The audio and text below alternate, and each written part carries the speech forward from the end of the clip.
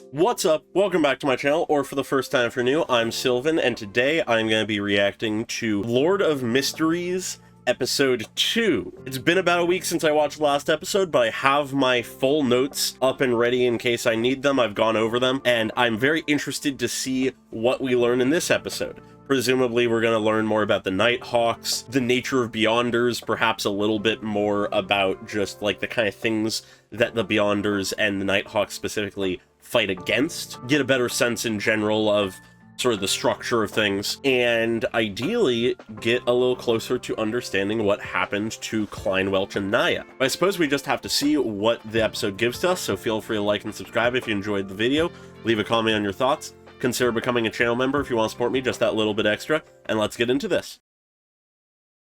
Okay, we got all the logos again, I assume.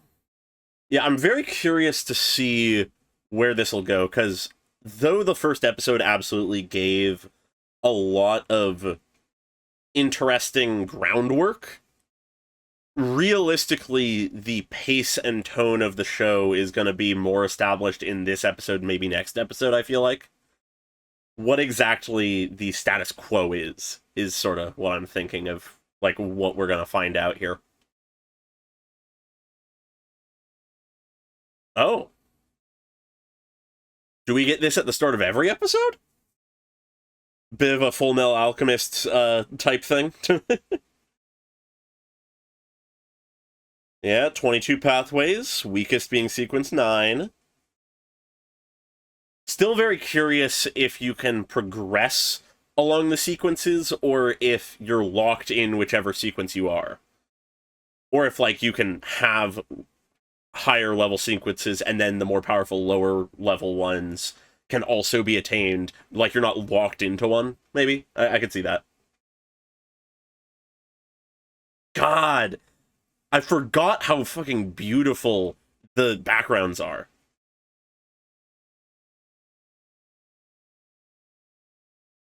Yep, picking up right where we left off. And become a Beyonder, yeah. What will his answer be? What will Klein say? Ooh. The dying moths. Interesting visual. It's already morning. Ooh, translucent feather. This show loves to follow these random innocuous things. Like the rat and the cat, that kind of thing, from last episode. Beyonder. Did they just leave him with a card? The Hound Pub and Right. Okay. Absolutely. Yes. Okay. Okay. Sounds like there's some dogs. Whoa! Dog fighting? No, okay, huh. Dogs hunting rats, yeah. Huh. This place is way more rowdy than I'd expect. Of course. Just looking at a guy the wrong way.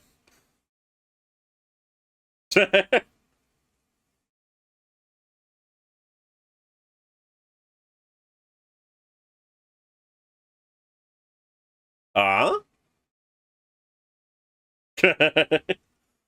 Yep. I take it this is right.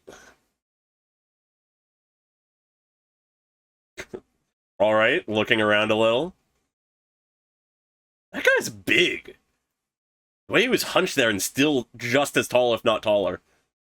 Ooh. Elevator? Yep, seems like it. Seems like only about a floor. Now, is this up or down? This is a very different vibe.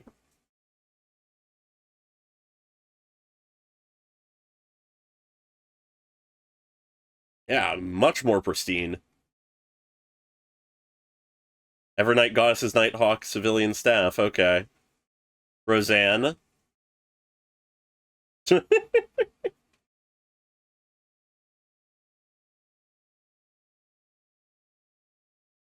Yep.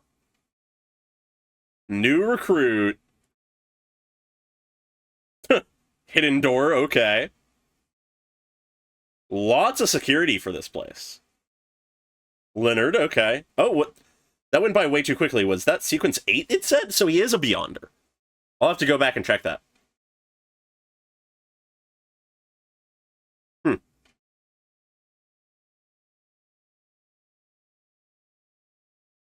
In Beyonder cases, plural. Sequence 9, Sleepless. Okay. Royale, okay. Trying to instill these names as much as I can. Very elaborate place. Right. Interesting. Corpse Collector. Kenley. Okay. A lot more people in this organization than I expected. Lots of characters already.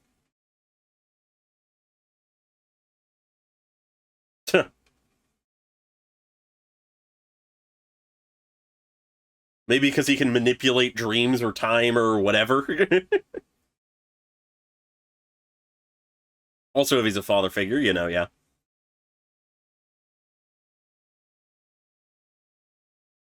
They do a good job of using 3D here. It blends fairly well.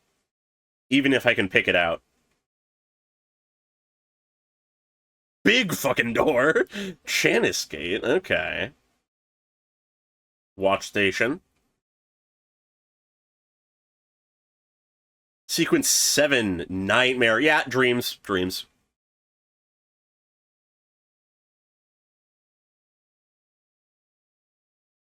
Okay. One disguise of many. The 7th unit is okay. Interesting.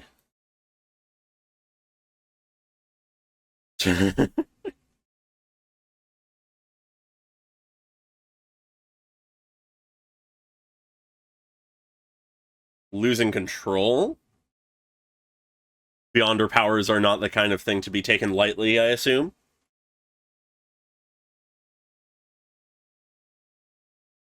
Hmm.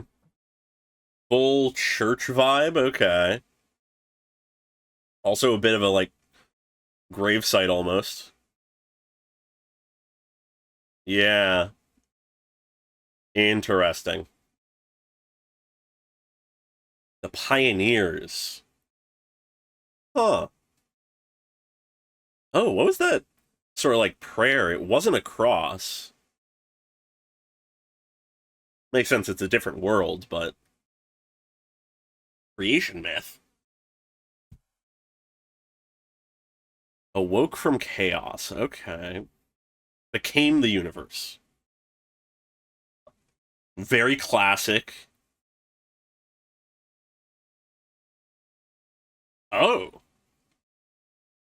Phoenixes and demonic wolves. Okay.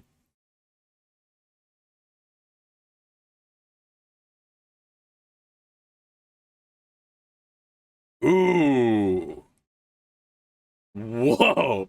The way they just shift into different visuals is insane. Complete sequence, okay.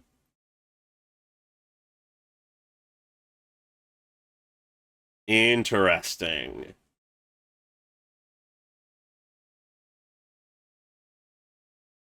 Huh.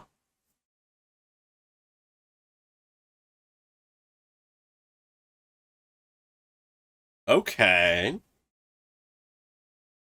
So they have a lot that they have access to, where Alger only had sequence 9 for 2.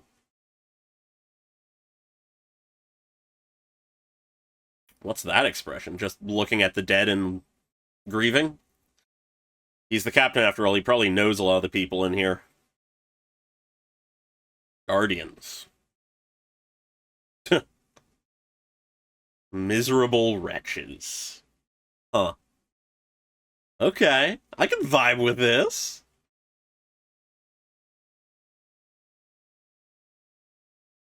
Fair.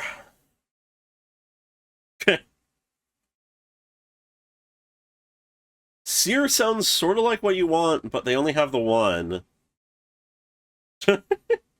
Especially because this sort of ties into, ooh, alchemy. Uh, Powers that might cause you to go insane or something. Oh, there's gonna be someone here. Whoa! Neil?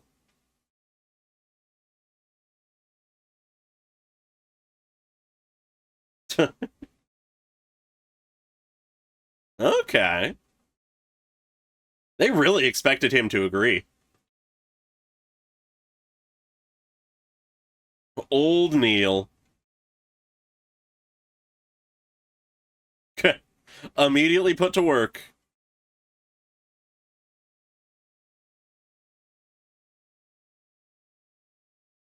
That was some nice animation on the book, the way it, like, sort of bent and stuff.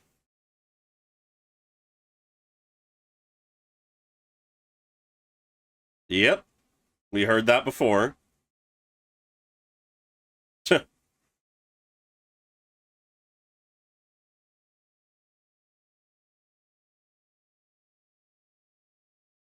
Oh. Lost notes after his death? Okay. Ah.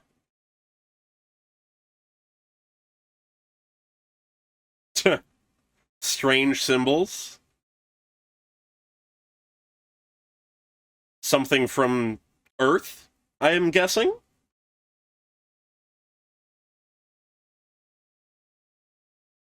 Okay.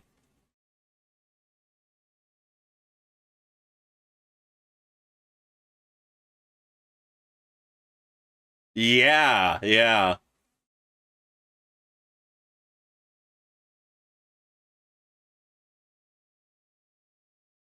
Oh.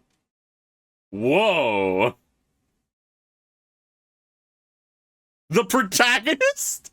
That's the kind of guy Roselle was? Oh boy.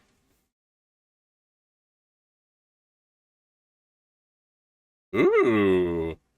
Represented by, like, galaxies? Interesting. Very passionate, yeah.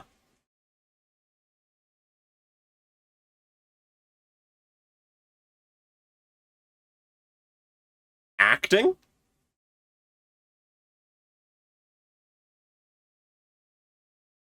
Key to digestion. Yes. Very much so. Real lucky we came across this so quickly. Oh?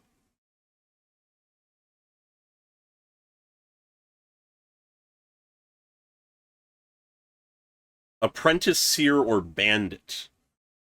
Interesting. So he's gonna pick Seer because that's the one he has access to? That's my guess.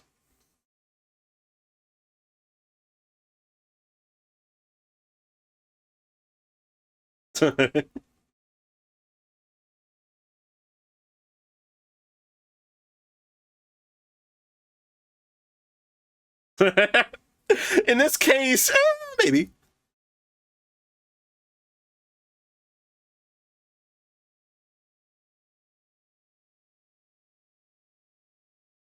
Yeah. Already going for the decision. So what does Seer entail?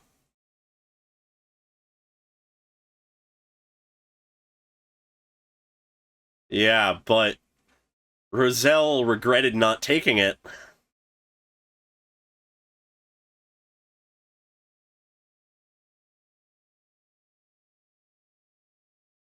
Really?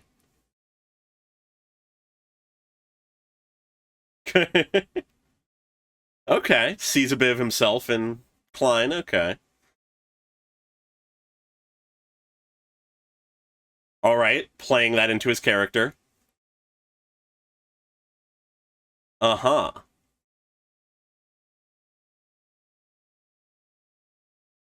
Just going straight into it. We're not even learning what it can do.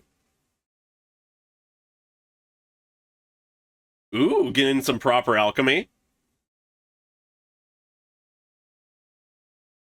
Ooh. Poisonous hemlock, geez. Dragon blood grass powder, huh? Interesting.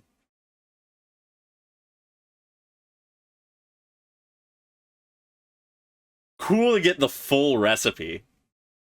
Ah, they're not actual particle effects because they're just, like, drawn or whatever, but they look so good.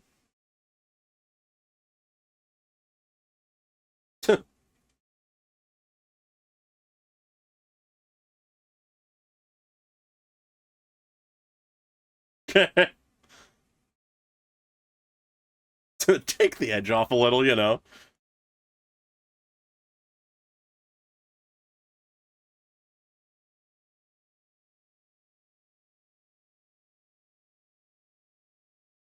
Interesting. Focus on your determination. Focus on your goals. The reason you're doing this. Interesting. Ooh, I love that ripple. Okay, yeah.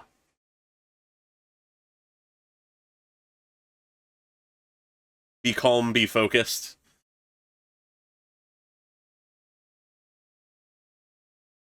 Hornakis, we've seen that before. That's the mountain range that the was mentioned in the notebook.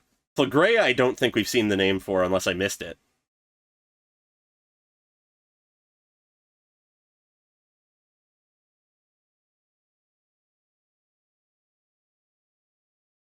Ooh, I'm loving the effect that's going on here. Something you encounter often. A hat?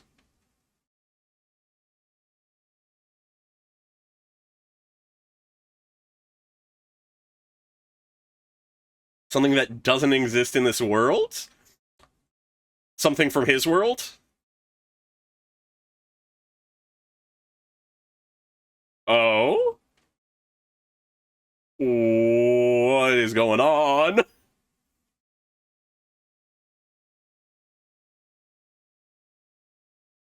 Is he actually causing? No, it does.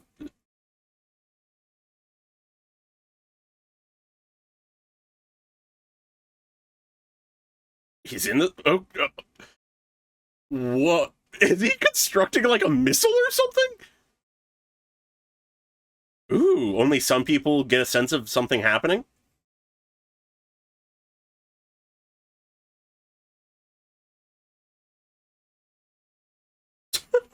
Jesus Christ. Some kind of like missile or something. This show loves its insane visuals. An astronaut? Ooh, the mask. Mm.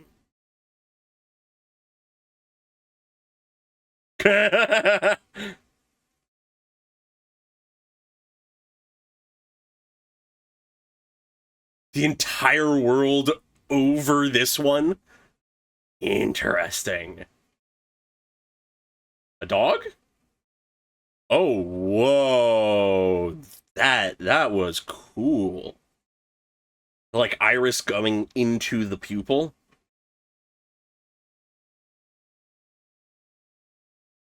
Interesting.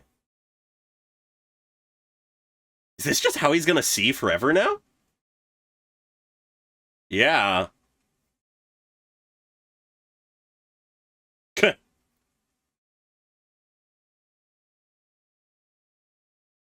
Already has a sense that. Whoa! Is that part of his power? Ritualistic magic. Oh?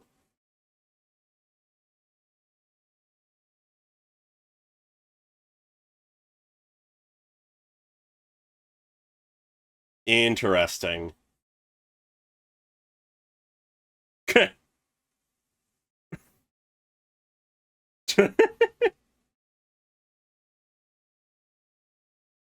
Fair. Okay, so spirituality is sort of like our mana equivalent. Interesting. Just as, like, a, like, mechanism pattern to do to turn it on and off. Spirit dowsing. Okay.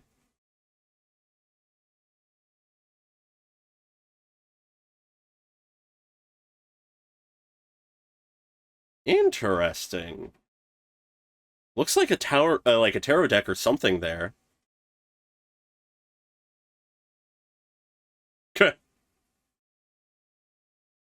Everything's Roselle.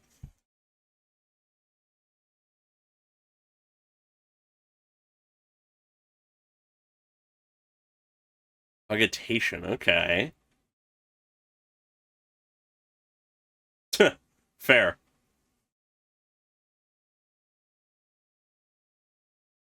Okay. Or else you'll go insane and forget what's real. Cool. Very sort of impossible knowledge, eldritch in nature.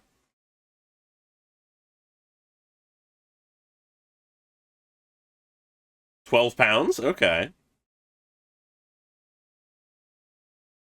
Nice. Yeah, double his brother's salary? Okay. Finally gets a job and it's already a good one. Hmm. Okay.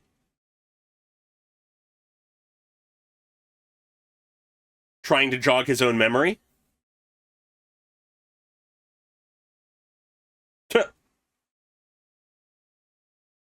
Oh, the mid-episode. Lone Kingdom? Okay. Founded in the Fourth Epoch. I'm gonna have to go back for the rest of that, but interesting. Depending on some details there, this might actually be a fairly new kingdom. Ooh, wow.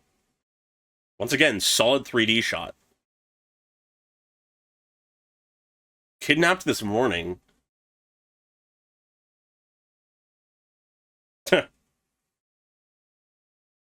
So they're disguised as a security company.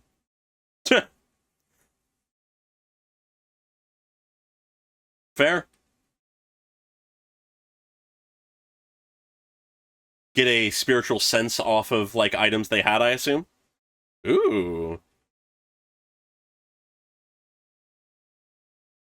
Okay. Ooh. Crimson Moon again. I love the way the eyes look.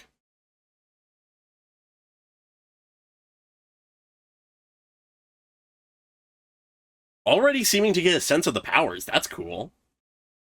I also like the design on his cane.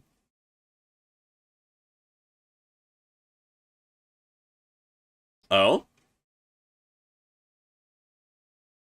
Wandered away into an alley, running either from or towards something. I love this filter. And it falls in the direction he is. Interesting. Oh, is it gonna turn accordingly? Because this isn't just, like, real dowsing, it's actual, like, explicit magic? Yeah, whoa! That's cool.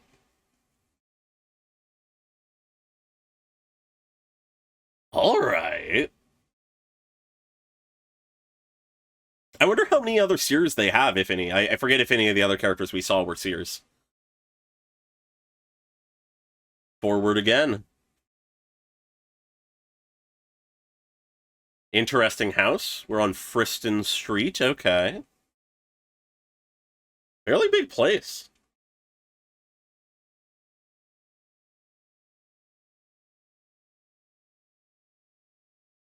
Yeah, just keep repeating the dowsing. Rather dramatic. Yeah, okay, actually kidnapped. Makes sense, yeah.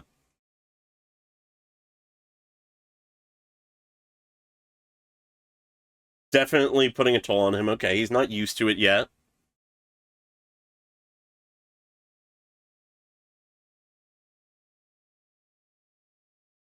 Oh, what's wrong with them? And what is his power? Yo, fight scene? Okay, guns. Good to have that confirmation. But dodges it? Don't you want to be civilized people? He's just dodging gunshots point blank. Jesus Christ, what is his power? I forget what it was. They are doing such good... Ooh, the footwork. The fighting is already so dynamic. God, these eyes... The eyes of these guys are so bloodshot. Wow!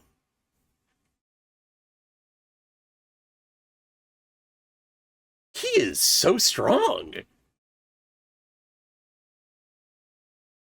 Just like that?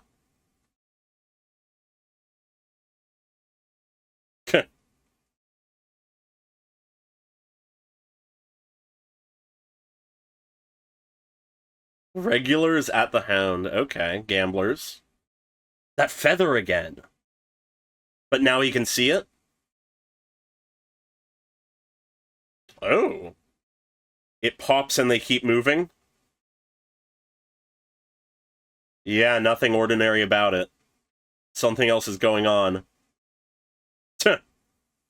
Okay, he enjoys excitement. Enjoys a good fight, maybe?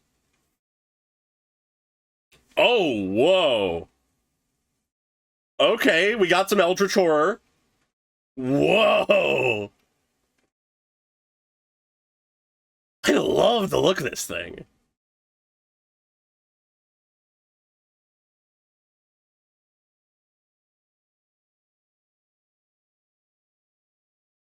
Ooh, he can teleport? Okay. Just like that? Or no? It dispersed. Okay. Oh, but he has a gun?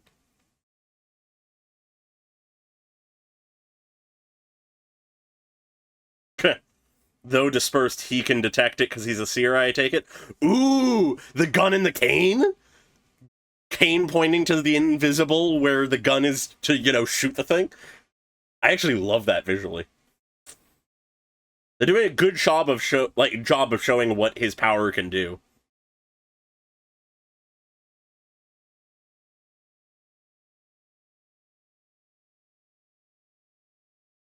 Yep, there it is.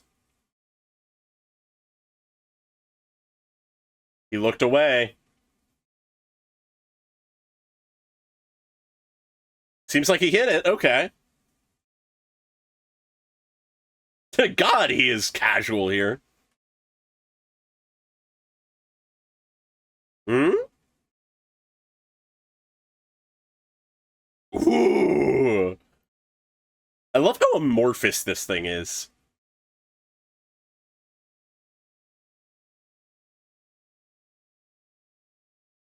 They did say they were like demon killing bullets or something like that. Ooh, but the pedals. Ooh. What is this?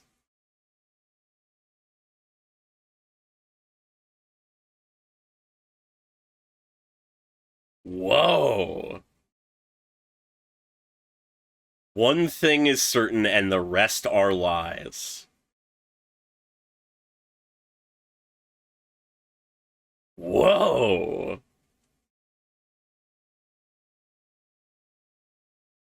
I love this show's willingness to do stuff that isn't fully real. Okay. Those names again.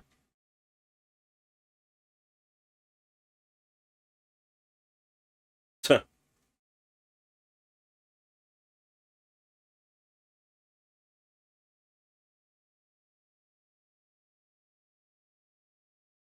Klein's been here. Okay, that could be a piece to it. Huh, is he gonna investigate that at all?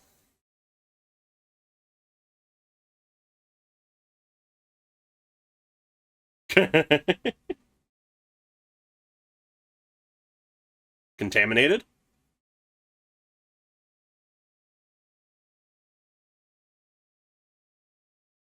Wild Beyonder. So that's what happens if a Beyonder loses control?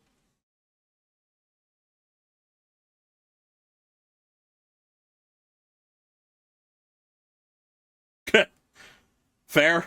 Seeing as how rare Beyonders are supposed to be.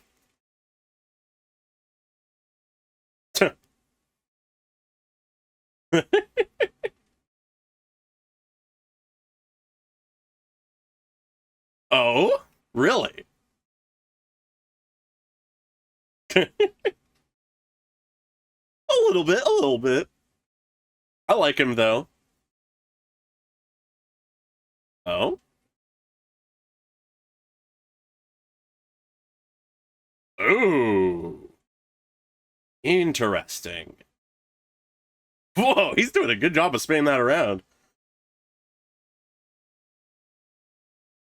Yeah. Unless they're not home, because something has happened. Oh, no, he's back here. Oh, yeah, it was the same door pattern. Wait a minute. Is he back in a nightmare? Has Dunn put him into some dreamscape to figure something out? Or is this just your classic Eldritch nightmares, not caused intentionally?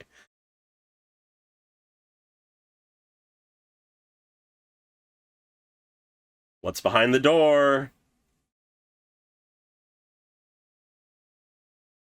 A notebook? The notebook? Is this where he hid it? Everyone will die, including me. The Fool? The Fool card coming back here, okay. How does this all connect? Ooh, that almost was like a weird twisted smile. Okay, he's already home and was just dreaming, unless this is also a dream.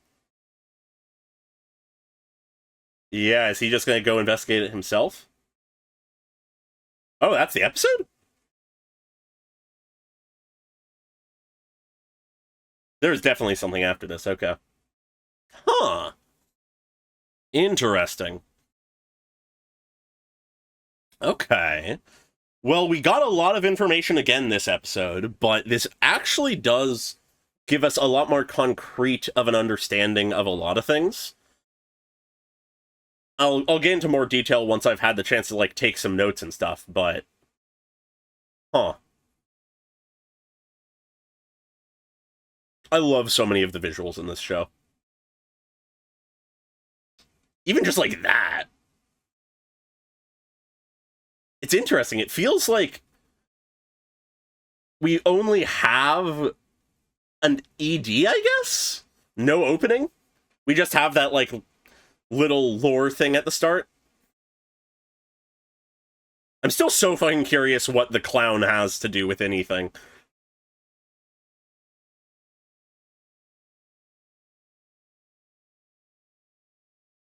Yeah, already recognize a lot more of these characters now.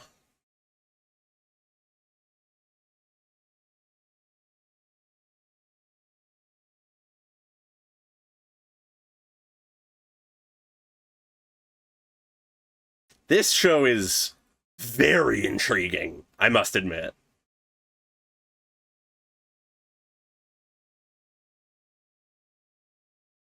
And we return to the Divine Realm as it all just falls away. Huh. I'm very curious to see what else the tarot has to do with everything. Okay. What else we got? We got a good few minutes of stuff here, I think. Nice day. Right out. Daffodil Street. Words. Huh. Moretti?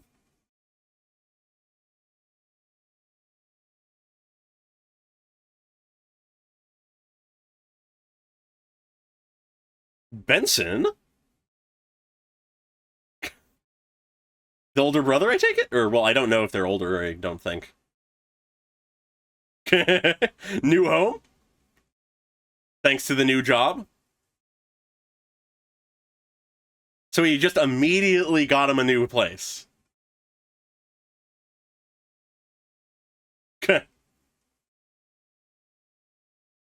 Okay.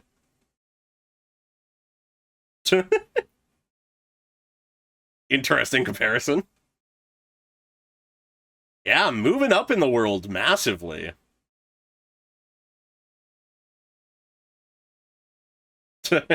Using a little bit of his knowledge from the real world, perhaps?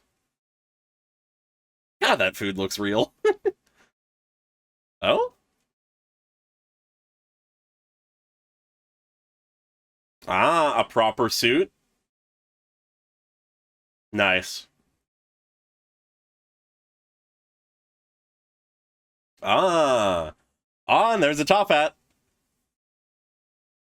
His new work outfit. Nice.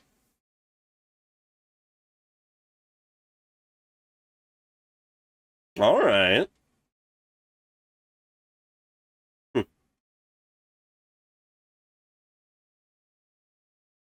Ah, the parents. Yeah.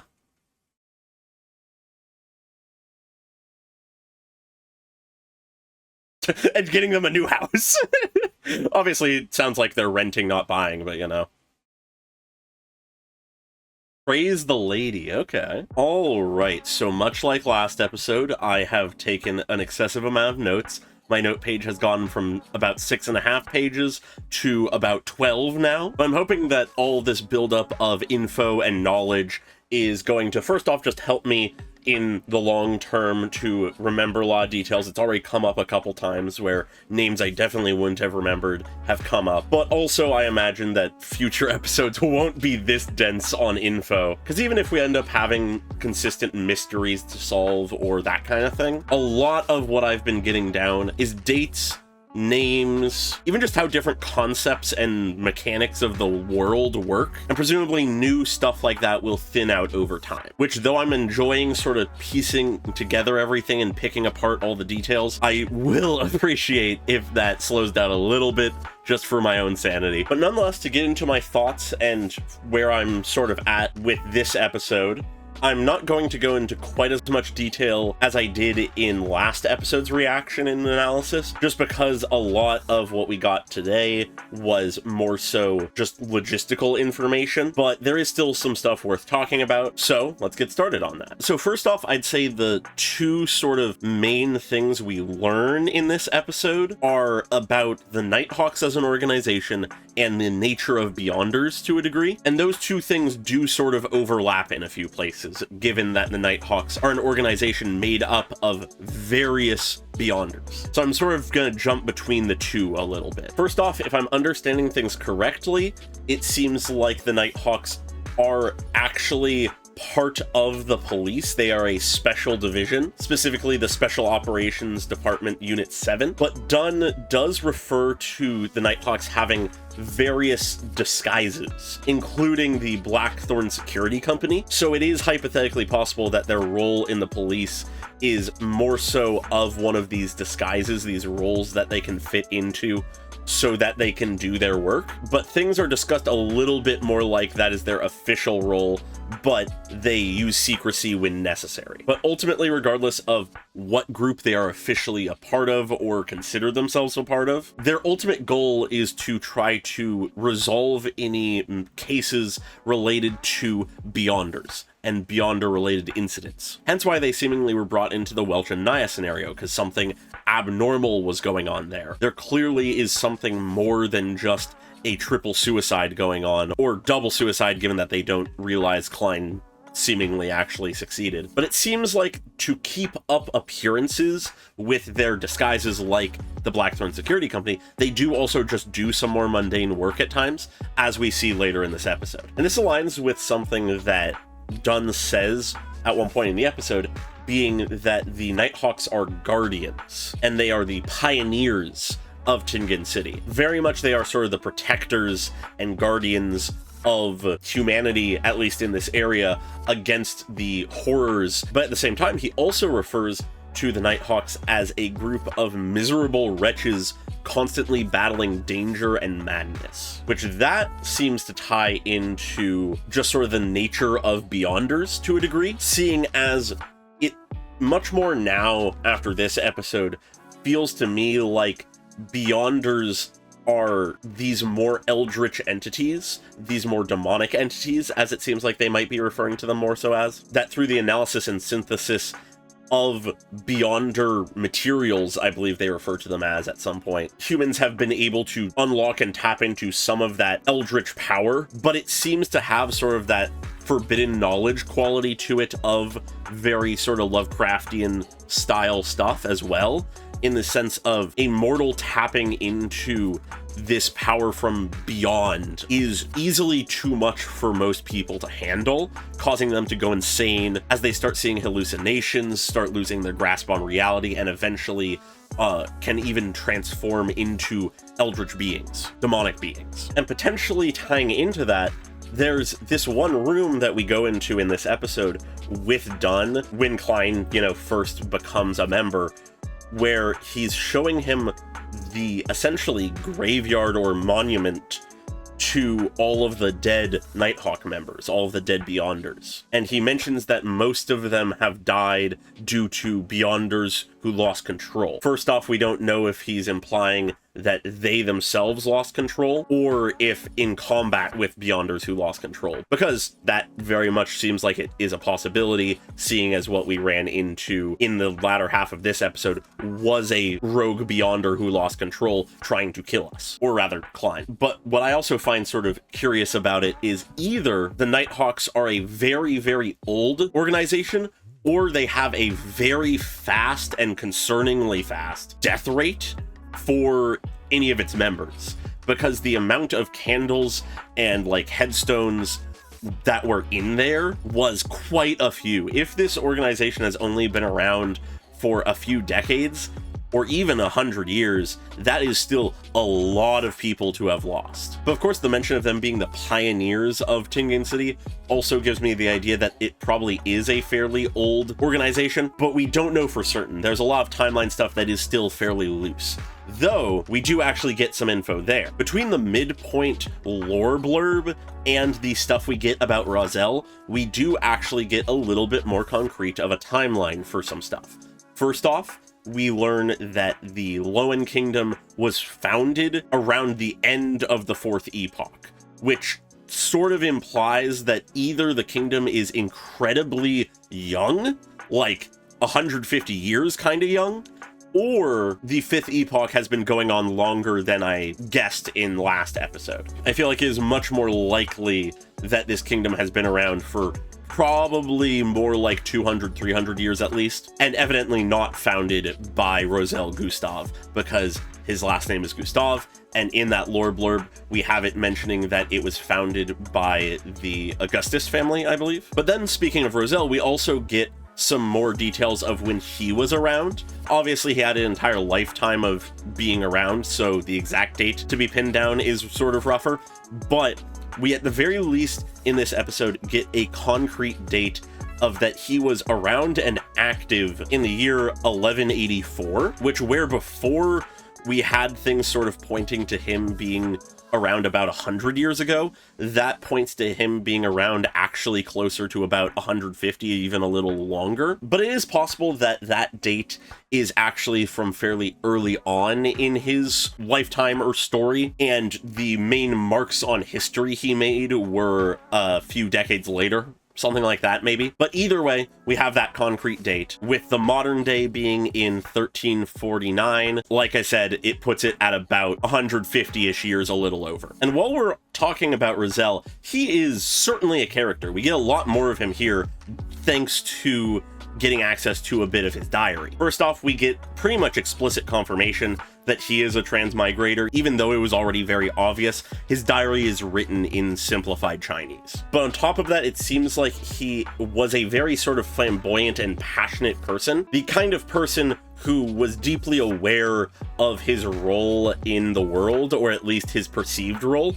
He thought of himself as the protagonist of his era. He seems very much like he was an overdramatic, passionate person. And at the same time, it seems like he was very much a Beyonder. That's not too much of a surprise, but we didn't really have anything pointing to that other than the fact that he was an influential person. But we do have more clear proof that he is a Beyonder here, not because we learn what kind of Beyonder powers he had, but because we learn what Beyonder paths he wished he had gone on. Regardless of whatever his own powers were, what path he is on, we learn that he regrets having not picked to go on the path of either the apprentice, bandit, or seer, which evidently leads to Klein choosing to be a seer because it, for whatever reason, was in Rozelle's mind more valuable than whatever he picked. But to get back to Beyonders in general, actually, from here, we get a lot of info, just sort of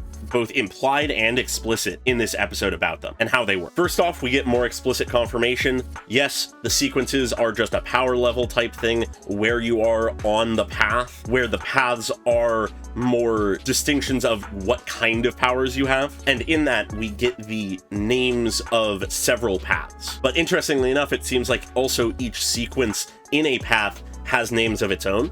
I'll be very curious to get more details about that. But the ones that we have gotten names of both in this episode and last, that I can recall at least, having scrubbed through this episode, is Corpse Collector, Sleepless, Seer, Sailor, Spectator, Mystery Prior, Apprentice, and Bandit, in no particular order, which is 8 of the 22 paths already. I inevitably am very curious to see what the rest are, but we barely even know what most of these do anyways. So I'm not in necessarily any hurry to learn every single one or anything. I'd much rather sort of explore the ones we have heard about and know about first and foremost. But something else I find interesting, as I mentioned, is that each individual path has at each of its sequences a different name. Interestingly enough, the name for the sequence 9 tier of each path is just the same as the path itself. So a Sleepless path sequence 9 Beyonder has the powers of a Sleepless, but a sequence 8 Sleepless Beyonder has the powers of the Midnight Poet, or at least that is a possibility.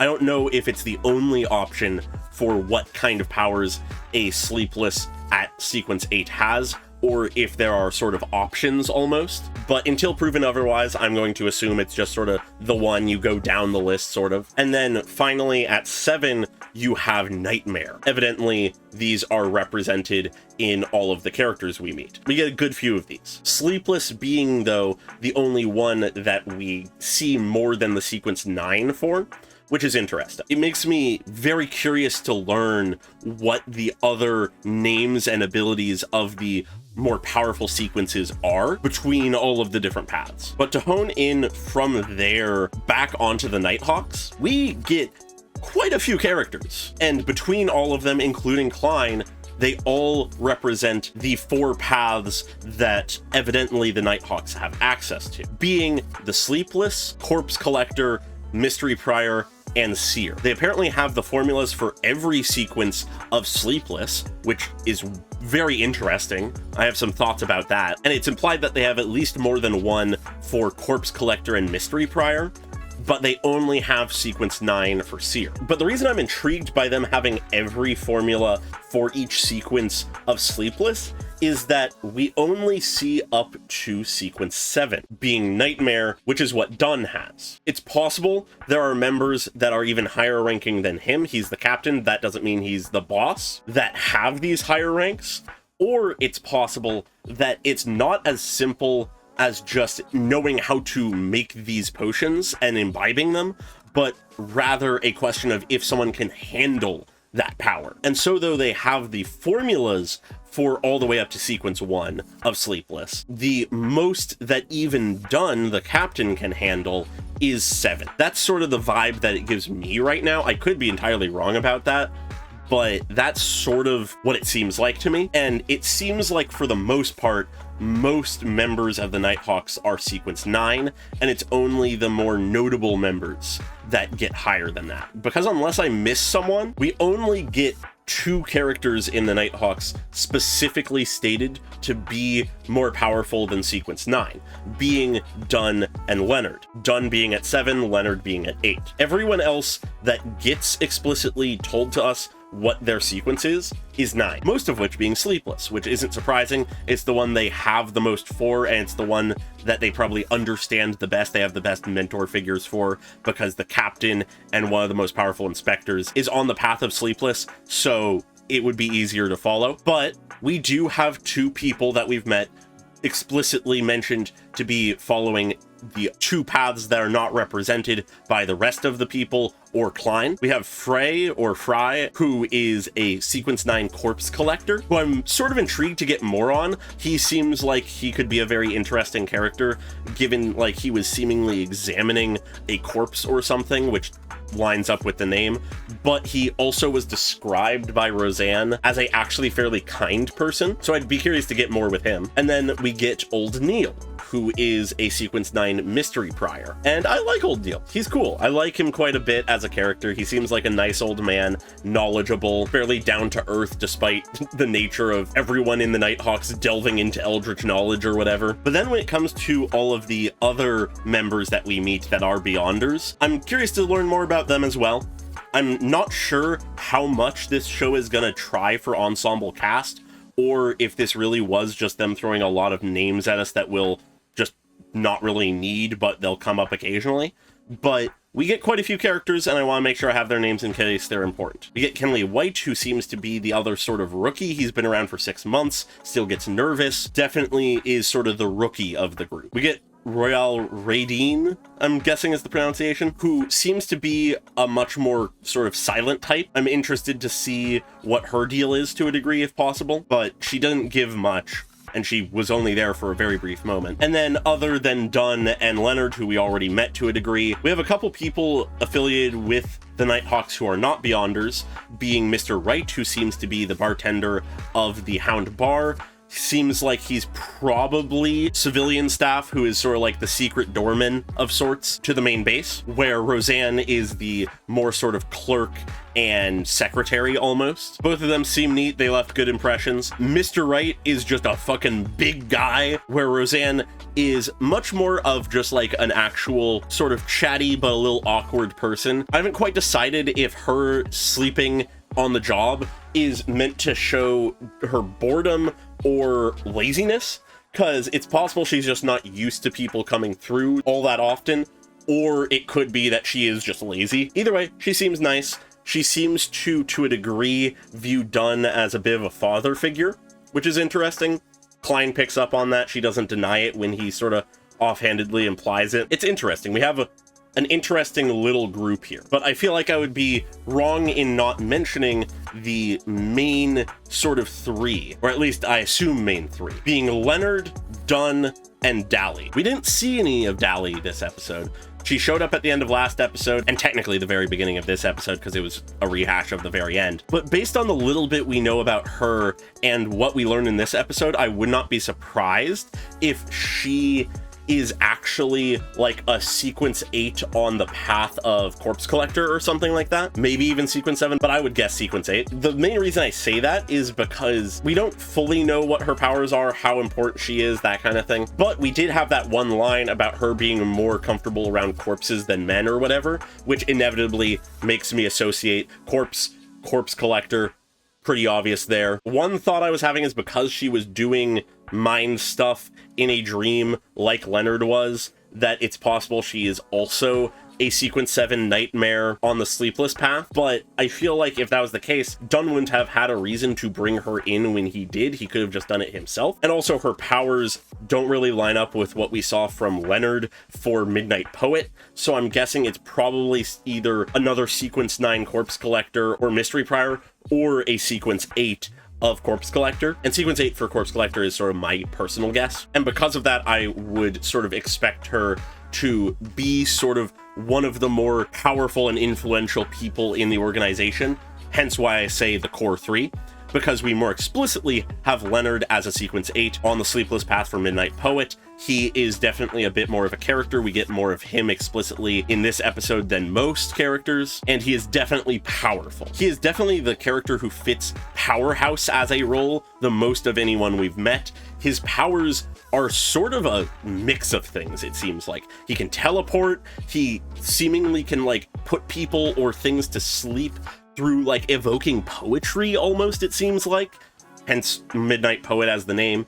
But is also physically strong enough to, with one hand, bend to like a 90-degree angle the barrel of a rifle. And all of this is tied into this sort of flower petal aesthetic. And on top of that, he seems to be just sort of an eccentric character himself. He seems to enjoy a good fight, but then at the same time after the fight, he says that he despises cases of Beyonders losing control the most. So there's a lot of sort of like conflicting aspects that we're hearing about him, but nothing that really makes me feel like he isn't a cohesive character, just that he's a bit out there as a person. He also seems to have some kind of special interest in Klein. He says as much. He says that Klein has a special aura that attracts him, whatever he means by that. But at the same time, he clearly was sort of testing Klein at the end of the episode there, because he had something or someone seemingly like in his shadow or something, communicating with him, trying to gauge if there was anything special about Klein. And by the end of the episode, Leonard seems to believe that there isn't really anything special about him. So I'm curious to see where that's gonna go. But then we have Dunn,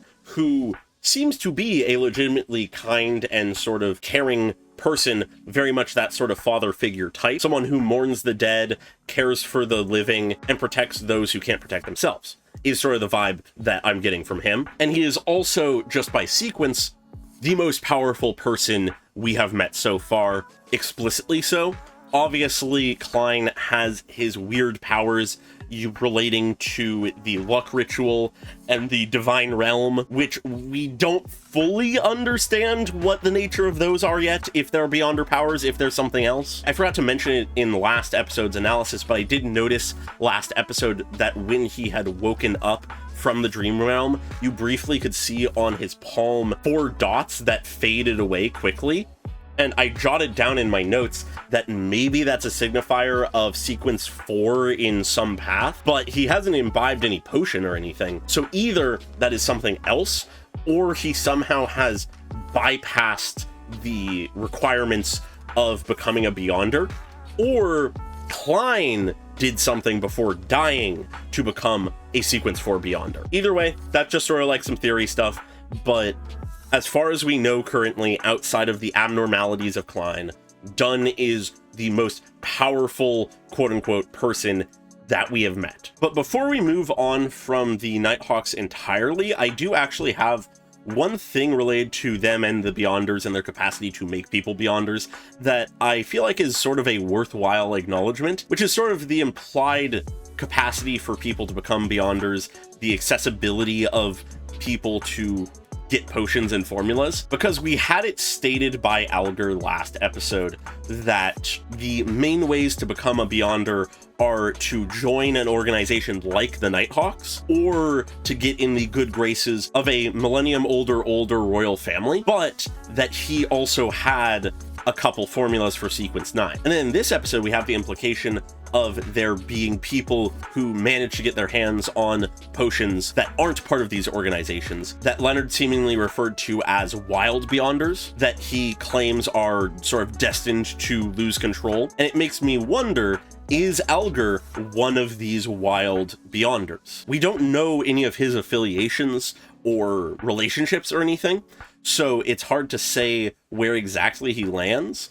But given the fact that he offered his formulas to Audrey after she said, I don't really want to join one of those organizations, it sort of speaks to me that he is sort of a third option, a separate thing, and thus more of a rogue element, which is interesting to me. It implies that if Alger were to be doing stuff in Tingen City, it is entirely possible that he could end up an enemy of the Nighthawks, and thus Klein, technically. I'd be very interested to see what would happen in that kind of scenario. What would happen if the Nighthawks were going after someone with some of these formulas, and Klein realizes it's Alger, and Alger realizes Klein is part of the Nighthawks. What would go on there? That's probably not something we'll have happen anytime soon, just from both a narrative standpoint and a logic standpoint, because that is, I feel like, an entire arc to itself if it were to happen, and also, last we heard, Alger is a long ways away from Lowen Kingdom. But also even in that, regardless of who Alger is